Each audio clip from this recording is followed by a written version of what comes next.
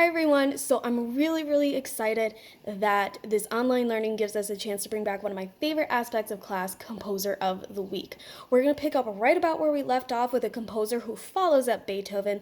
This is Gioachino Rossini. Rossini is a super cool composer.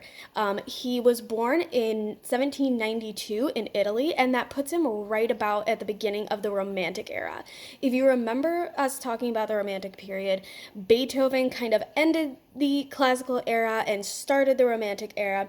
And we talk about the Romantic era being a time when they were still following most of the rules that were made up way back in the Renaissance era, but they started to find really specific ways to break them. Like, you have to follow this rule unless you do it this specific way. So Rossini really fits well into that. He what His parents were very musical, and they started him in music from a really young age. He was a singer first, which we get to see a lot in his compositions. He writes really well for the voice. If you're a vocalist like me, then you know Rossini, and Rossini is really fun to sing. He's fun to learn, he's fun to perform. But he also learned how to play the cello and the horn at an early age, which are two instruments we haven't heard much about, but Rossini also writes really well for them and uses them a lot in his orchestra stuff. He completed his first big work, The Barber of Seville, which is an opera, so it's about 2 to 3 hours long, and he completed it in his early 20s, so he's pretty young.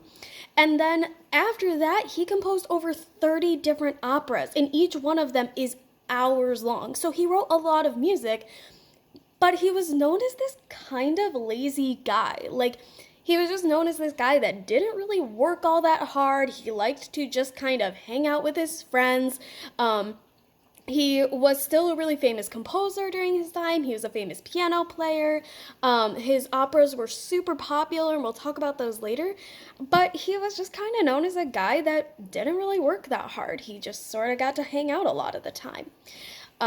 One really interesting fact about Rossini that we can kind of remember him by is that his birthday is February 29th. That's a leap year. So typically, February only has 28 days in it. There's February 28th and then March 1st.